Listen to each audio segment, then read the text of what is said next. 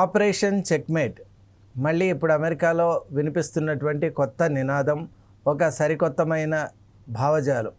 ఈ సరికొత్త భావజాలంతో అమెరికా ఏం చేయబోతోంది, అలాగే ఇటువంటి భావజాలాన్ని అమెరికా ఎందుకు మాటిమాటికి కూడా ఒక రకంగా మన ముందుకు తీసుకొని వచ్చే ప్రయత్నం చేస్తుంది, వీటి వెనక ఉన్నటువంటి అసలైన ఆంతర్యం ఏంటి, అలాగే అమెరికా నిజంగా భారత్ను చూసి భయపడుతోంది అనేటువంటి సందేహాలు కూడా కలుగుతున్నాయి. ఎందువల్ల అంటే ఎక్కడ చూసినా ఫోకస్ అనేటువంటిది భారతీయుల్ని భారత్కు పంపించాలనేటువంటి ఒక కృత నిశ్చయంతో అమెరికా ఉన్నట్టు చాలా స్పష్టంగా మనకు కనిపిస్తోంది.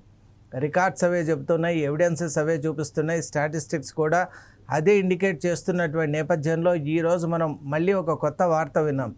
ఆపరేషన్ చెక్మేట్ కింద భారతీయులను, ఒక ట్రక్ డ్రైవింగ్ సంబంధించినటువంటి ఆ కేటగిరీకి చెందినటువంటి 30 మంది భారతీయులను డిపోర్ట్ చేస్తున్నాం ఇమీడియట్గా అని అమెరికా ఒక సంచలనమైన ప్రకటన చేసింది. మరి ఈ మధ్యకాలంలో పెరుగుతున్నటువంటి వీసాకు సంబంధించిన అనేక అంశాలు మనం చూసాం. అలాగే go back to your country అనేటువంటి ఒక నినాదాలు, హేట్ స్పీచెస్, ఇవన్నీ నేపథ్యంలో అమెరికా ఆలోచనలు ఎటువైపు వెళ్తున్నాయి అనేటువంటి ఒక విధానాన్ని, అలాగే అక్కడ జరుగుతున్నటువంటి అంశాలని ఇప్పుడు తెలుసుకునే ప్రయత్నం చేద్దాం. అమెరికాలో ఒక రకంగా చెప్పాలి అంటే ఇండియా ఫోబియా అనేది డెవలప్ అవుతున్నట్టు చాలా స్పష్టంగా మనకు కనిపిస్తోంది. భారత్ అంటే ఎక్కడ లేని భయం. భారతీయులు ఉంటే వాళ్ళతో పోటీ పడలేం, వాళ్ళ శక్తి సామర్థ్యాలతో పోటీ పడలేం, వాళ్ళ యొక్క ఇంటలెక్చువల్ పవర్తో పోటీ పడలేం, వాళ్ళ యొక్క టెక్నాలజికల్ ప్రావెస్తో పోటీ పడలేం, వాళ్ళ యొక్క హార్డ్ వర్క్తో పోటీ పడలేం, అలాగే వాళ్ళ యొక్క ట్రస్ట్ వర్దీనెస్తో కూడా పోటీ పడలేమనేటువంటి విధానంతో అమెరికా భారత్ పేరు వింటేనే గడగడ వణుకుతూ ఉన్నట్టు మనం అందరూ కూడా భావించవచ్చు. ఎందువల్ల అంటే భారత్ అంటే అమెరికాకు ఒక సింహ స్వప్నంలాగా అయిపోయింది. అందువల్లే విశ్వ ప్రయత్నాలు చేస్తోంది. అంటే ఎన్ని రకాల అవకాశాలు ఉంటే అన్ని రకాల అవకాశాల ద్వారా, విధానాల ద్వారా ఇండియన్స్ను ఇండియాకు చేర్చే ప్రయత్నం ముమ్మరం చేసింది ట్రంప్ గవర్నమెంట్. అసలు ట్రంప్ గవర్నమెంట్ చేసుకున్నటువంటి లెక్కలు, అలాగే రెండోసారి పదవిలో 2.0లో ట్రంప్ చేసుకున్నటువంటి ఒక నిర్ణయాలు, అలాగే వాణిజ్య సంబంధమైన టారిఫ్ సంబంధమైనటువంటి ఆంక్షలు ఏదైతే మనం చూస్తున్నామో భారత్పై ఎంత ఫోకస్ పెట్టింది అమెరికా అనేది చాలా స్పష్టంగా కనిపిస్తోంది. అన్ని దేశాల కంటే కూడా వలస విధానంలో కావచ్చు, అలాగే అక్కడ ఉన్నటువంటి స్థిరపడినటువంటి వ్యక్తుల విషయంలో కావచ్చు, భారత్ మీదనే తన యొక్క శక్తిని, అలాగే తన యొక్క స్కానర్ను ఉపయోగిస్తోంది అమెరికా. ఎందువల్ల అంటే అమెరికా ఎదుర్కోలేనటువంటి ఒక ధీటైన ప్రత్యర్థి కేవలం భారత్ మాత్రమే. ఇది గ్రహించినటువంటి ట్రంప్ గవర్నమెంట్ ఒక రకమైనటువంటి యాంటీ సెంటిమెంట్ను భారత్పై పురిగొల్పింది. అంటే వాళ్ళని అక్కడి నుంచి ఎలాగూ పంపించలేం, ఎదుర్కోలేం, గెలవలేం, కాబట్టి వేరే ఒక అవినీతి, కుట్రపూరితమైనటువంటి ఆలోచనలు, అలాగే విచ్ఛిన్నకరమైనటువంటి ఒక వాతావరణాన్ని సృష్టించి భారతీయులు అక్కడ ఉండలేకుండా చేసేటువంటి ప్రయత్నాలు మనం చూసాం. యూనివర్సిటీస్లో డిస్క్రిమినేషన్, అలాగే ఉద్యోగాల్లో డిస్క్రిమినేషన్, అలాగే మనం చూసాం ఈవెన్ సోషల్ పాయింట్స్లో, అలాగే ఈ సివిల్ లైఫ్లో కూడా హేట్ స్పీచెస్, అలాగే సోషల్ మీడియాలో అయితే ఇక అమెరికాలో మనం అసలు ఊహ చేయలేం. ఎక్స్ప్లోషన్ అంటే ఎవ్రీ మినిట్ కూడా ఇండియా పైన బురద చల్లడం, విషం కక్కటం, భారతీయులను భారత్కు పంపించాలనేటువంటి ప్రయత్నాలు. మన ఛానల్లో కూడా మనం ఇటువంటి కార్యక్రమాన్ని కూడా అనేక కార్యక్రమాల్లో భాగంగా ఒక కార్యక్రమాల్లో డైరెక్ట్గా ఒక ఇండియన్ కపుల్ని ఏ విధంగా అక్కడ ఉన్నటువంటి లోకల్ అమెరికన్ అబ్యూస్ చేశారో కూడా మనం చూపించాం. మరి దీని వెనక ఉన్నటువంటి ఆంతర్యం ఒకటే, భారతీయులు అమెరికాలో ఉండటం చూసి అమెరికా భయపడుతోంది. ఎందువల్ల అంటే తట్టుకోలేనటువంటి ఒక గొప్ప శక్తిగా భారత్ రూపొందింది. అసలు భారత్కు ఉన్నటువంటి శక్తి అంతా కూడా మానవ వనరులే. అటువంటి మానవ వనరుల్లో the best, the creamy layer అక్కడ అమెరికాలో ఉండటం వల్ల వాళ్ళని ఎదుర్కొనేటువంటి అవకాశం అక్కడి వాళ్ళకి లేదు. అందువల్ల డిపోర్టేషన్ అంటే ఇల్లీగల్ ఇమిగ్రేషన్ అనో, లేదా డాక్యుమెంట్స్ సరిలేవనో, లేకుంటే కొత్తగా ఇప్పుడు USCIS అంటే యునైటెడ్ స్టేట్స్ ఈ యొక్క ఈ ఇమిగ్రేషన్కి సంబంధించిన సర్వీసెస్కి సంబంధించినటువంటి, అంటే citizenship and immigration services CIS అని మనం అంటాం. మనం సరికొత్త రూల్స్ కూడా చూసాం. అంటే గ్రీన్ కార్డ్ కానివ్వండి, అలాగే అక్కడ పర్మనెంట్ రెసిడెన్సీ కావాలి అంటే స్వదేశాలకు వెళ్ళాలి అని, మళ్ళీ కొంతకాలంలో లేదు దీంట్లో కొన్ని ఎగ్జంప్షన్స్ ఇచ్చామని, అందరూ వెళ్ళాలని ఒకసారి, లేదు కొంతమందే వెళ్ళాలని ఒకసారి, ఇలా గందరగోళంగా ఇప్పటికి కూడా స్పష్టత ఇవ్వలేదు. అసలు ఎవరు వెళ్ళాలి, ఎవరు ఉండాలి, ఏ కండిషన్స్ ఉంటాయి, ఎవరు అప్లై చేసుకోవాలి అనేటువంటి విధానంలో కూడా స్పష్టత ఇవ్వటం లేదు.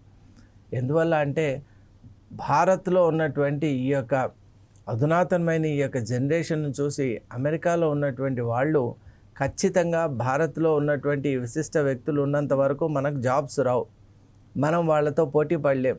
ఇంకొకటి, వాళ్ళు అంత సామర్థ్యం ఉన్నా కూడా పే స్కేల్ విషయంలో ఫ్లెక్సిబుల్గా ఉంటారు మన వాళ్ళు. అక్కడ అలా ఉండరు.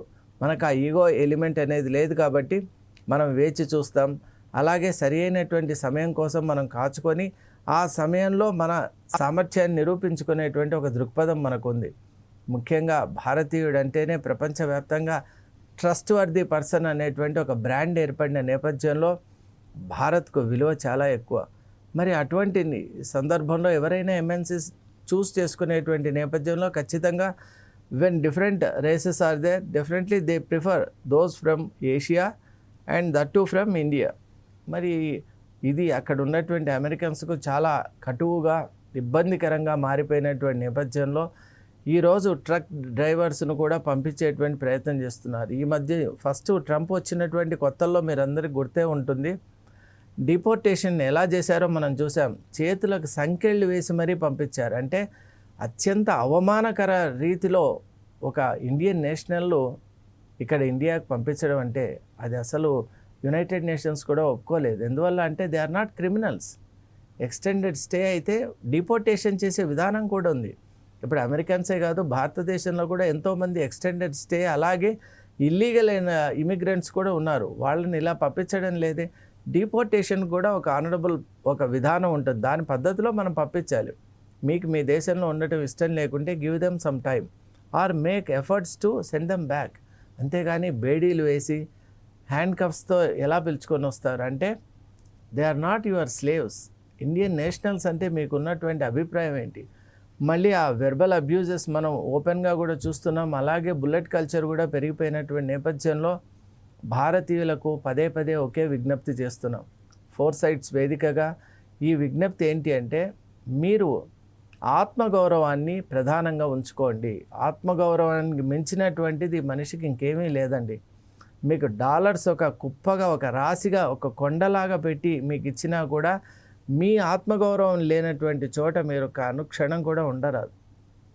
భారతీయులు ఎప్పుడు కూడా ఇప్పుడు ఇండియన్ నేషనల్స్ ఇప్పుడు మీరు ఇక్కడికి రండి, వచ్చి ఇక్కడ పనులు చేసుకోండి, అమెరికాకు వెళ్ళొద్దని చెప్పటం లేదు. మీకు కాన్ఫరెన్స్ కానీ బిజినెస్ టూర్స్ కానీ అలాగే అక్కడ ఏదైనా ఆపరేషన్స్ ఉంటే చేసుకొని వచ్చేయండి. కానీ అక్కడే ఉండాలని ప్రయత్నం చేస్తే ఎఫర్ట్ మాత్రం చేయొద్దండి. ఇప్పుడు ఇంతకు ముందు ఉన్నట్టు ఇప్పుడు దేశాల మధ్య ఆ మంచి సంబంధాలు లేవు. పూర్వం వాళ్ళకి అవసరం ఉంది కాబట్టి పిలుచుకున్నారు. ఇప్పుడు వాళ్ళు పంపించేటువంటి ప్రయత్నంలో ఉన్నారు, ఓపెన్గా కూడా వ్యక్తం చేస్తున్నారు డిఫరెంట్ వేస్లో. ఇకనైనా భారతీయులు అర్థం చేసుకోవాలి, అక్కడ ఉండటం అంటే మన ఆత్మగౌరవాన్ని పణంగా పెట్టడం అని మీరు అర్థం చేసుకోవాలి. అంతటి దుస్థితి మనకు లేదు.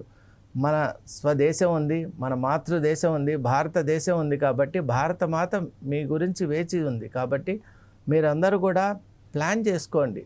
ఇక్కడ కూడా పరిశ్రమలు అలాగే ఇక్కడ కన్సల్టెన్సీ సర్వీసెస్ చేసుకోవడానికి అద్భుతమైనటువంటి వాతావరణం ఉంది. భారత్ మీరు చూసినా మీరు విన్న భారత్ కాదండి, ఇప్పుడు టెక్నాలజికల్ ప్రావెస్తో ఉన్నటువంటి ఒక అత్యద్భుతమైనటువంటి ప్లాట్ఫామ్. కాబట్టి ఇక్కడ మనకు కూడా మీకే తెలుసు, ఐఐటీస్ నుంచి వెళ్ళినటువంటి వాళ్ళే చాలామంది అక్కడ ఉన్నారు. కాబట్టి ఐఐటీస్ ఉన్నటువంటి దేశం అక్కడ ప్రగతి కూడా ఎలా ఉంటుందో మీరు ఆలోచన చేయాలి. కాబట్టి టెక్నాలజికల్గా మనం ఫోర్ ఫ్రంట్లో ఉన్నాం. దాంట్లో కోడింగ్లో కానీ డిజైనింగ్లో కానీ అలాగే ప్రోగ్రామింగ్లో కానీ మనమే నెంబర్ 1. కాబట్టి మీరందరూ కూడా మీ స్థావరాలని ఇక్కడ ఏర్పాటు చేసుకోండి. కావలిస్తే you can have business tie up with America or Australia or Canada or any other place, European నేషన్తో కానీ. But you should be proud to be an Indian and that too based in India. మరి అటువంటి ఆలోచన చేయండి. ఎందువల్ల అంటే మీ జనరేషన్లో మీరు ఇన్ని అవమానాలు పడుతున్నారు, ఇంత హేటుకు గురి అవుతున్నారు, ఇంత ఇన్సెక్యూరిటీతో మీరు ఉంటున్నారు. మీ నెక్స్ట్ జనరేషన్ గురించి కూడా మీరు ఆలోచన చేయండి. మీ బిడ్డల గతి ఏమవుతుందో, వాళ్ళను మీరు ఆ ఫారెన్ సాయిల్లో వదిలేసి మీరు కనుక వెళ్ళిపోతే వాళ్ళ ఫ్యూచర్ ఎలా ఉంటుందో కూడా మీరు ఆలోచన చేయండి.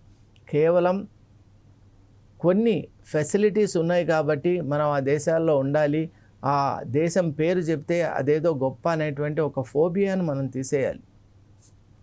మనం ఉన్న ప్లానెట్ అనేటువంటిది, ఈ ప్లానెట్లో ఈ దేశాలు అనేటువంటివి మనం ఏర్పరచుకున్న జియోగ్రఫికల్ బౌండరీస్ అంతే. మనమంతా ఉండేది ఒక్క ప్లానెట్లోనే కాబట్టి మీరు ఏ దేశం వాళ్ళైతే ఆ దేశంలో ఉండండి. అక్కడి నుంచి మీరు చేసే ప్రయత్నాలు చేయండి. ముఖ్యంగా కొన్ని అండర్ డెవలప్డ్ కంట్రీస్ వాళ్ళకి తప్పదు. అక్కడ ప్రోగ్రెస్ లేదు, ఇన్సిసెంట్ వార్స్ ఉన్నాయి, అలాగే అక్కడ హెల్త్ కండిషన్స్ బాలేవు కాబట్టి ఇప్పుడు మనం వెస్టర్న్ ఆఫ్రికా, అలాగే మేనా అంటాం, middle east and north Africa, ఇవన్నీ కొన్ని కంట్రీస్లో ఎలా ఉందంటే అక్కడ వాతావరణాలు అనుకూలంగా లేవు ఉండటానికి. వాళ్ళు అక్కడికి వెళ్ళి వేరే దేశాల్లో ఉన్నారంటే అర్థం ఉంది. ఇప్పుడు ఇల్లీగల్ ఇమిగ్రేషన్స్ కూడా మనం చూస్తున్నాం, బోట్ క్యాప్సైజ్ కావడం, ఎంతోమంది ప్రాణాలు కోల్పోవడం కూడా మనం వార్తలు వింటున్నాం. దానికి కారణం ఏంటంటే అక్కడ ఉండలేకపోయి అక్కడ వేరే దేశాలను వెతుక్కుంటూ ఉన్నారు. అటువంటి దుర్భరమైనటువంటి పరిస్థితి మనకు లేదు కదా. మనకు అద్భుతమైన ఒక అతిపెద్ద దేశం ఉంది. ఇక్కడ ప్రామాణికమైనటువంటి, ఇక్కడ అన్ని రకాలైన టెక్నాలజీ కానివ్వండి, అలాగే ఒక ఘనమైన వారసత్వ సంపద ఉంది. ఇక్కడ ఎదగటానికి అన్ని అవకాశాలు ఉన్నాయి. అన్నిటికీ మించి గౌరవం ఉంది. మీకు ఏమున్నా లేకున్నా ఒక్క గౌరవం ఉంటే మనం ఏమైనా సాధించవచ్చు. అది పుష్కలంగా ఉంది. ఇది నాది అని చెప్పుకునేటువంటి ఒక నేపథ్యం కేవలం భారత్లోనే ఉంది కాబట్టి ఇకనైనా ఆలోచన చేయండి. ట్రక్ ఇన్సిడెంట్ కానివ్వండి, అలాగే అబ్యూజ్ ఇన్సిడెంట్ కానివ్వండి, వీసా ఇన్సిడెంట్ కానివ్వండి, లేకుంటే ఏంటండి H1B వీసాకు $1,00,000 ఛార్జ్ చేస్తానని ట్రంప్ అనటం ఏంటి? అంటే భయం కాకుంటే మరొక మాటకు అక్కడ ఆస్కారం ఏముంది? అలాగే వీసాలు కట్ చేస్తామని, మిమ్మల్ని పంపిస్తామని పదే పదే అక్కడ ఉన్న వాళ్ళని భయభ్రాంతులు చేయటం ఏంటి?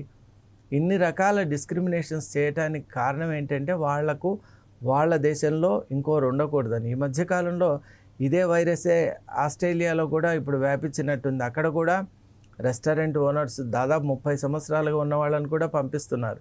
ఈ మధ్యకాలంలో జపాన్లో కూడా మనం చూసాం. అక్కడ 30 ఏళ్ళగా ఉన్నటువంటి ఒక వ్యక్తిని, రెస్టారెంట్ ఓనర్ను సడన్గా పంపిస్తున్నారు, డిపోర్ట్ చేస్తున్నారు.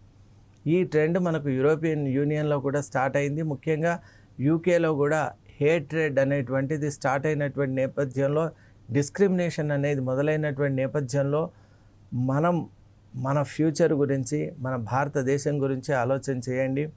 This is the wonderful opportunity for you people to take a decision to come back and be a part of the progression. మీరు రావటం వల్ల it's not a disgrace, in fact it's a blessing in disguise అని అంటాం కదా. It's a blessing for all of you, not only for you and your families, it is for the entire country. It's a blessing, collective blessing ఇది. ఎందువల్ల అంటే మీరు రావటం వల్ల మీ క్వాలిటీ ఆఫ్ ఎడ్యుకేషన్, మీ క్వాలిటీ ఆఫ్ ట్రైనింగ్ను మీరు ఇక్కడ ప్రవేశపెట్టి భారతదేశంలో ఒక కొత్త విధానాన్ని సృష్టించవచ్చు. మనం ఒక సరికొత్త ఈ క్లౌడ్ టెక్నాలజీస్ కానివ్వండి, డిజిటల్ టెక్నాలజీస్ కానివ్వండి, సైబర్ టెక్నాలజీస్ కానివ్వండి, మరీ ముఖ్యంగా AI టెక్నాలజీలో మనం ఫోర్ ఫ్రంట్లో ఉండేటట్టు మనల్ని మనం అభివృద్ధి చేసుకుందాం. దానికి మీ యొక్క కోఆపరేషన్ అనేది చాలా ముఖ్యం. సో ఈ రకరకాల ఇన్సిడెంట్స్ ద్వారా అమెరికా చెప్తున్నటువంటి అంతర్గతమైనటువంటి ఆ మాట ఒక్కటే, భారతీయులు భారతదేశానికి వెళ్ళిపోవాలి. వాళ్ళు దాన్ని నిజంగా ఇంకా తీవ్ర స్థాయికి తీసుకొని వెళ్ళకముందే మనమే మన నిర్ణయాన్ని తీసుకుందాం. ఆ నిర్ణయంతో భారతదేశ భవితవ్యాన్ని కూడా మార్చేటువంటి ప్రయత్నం చేద్దాం. Thank you.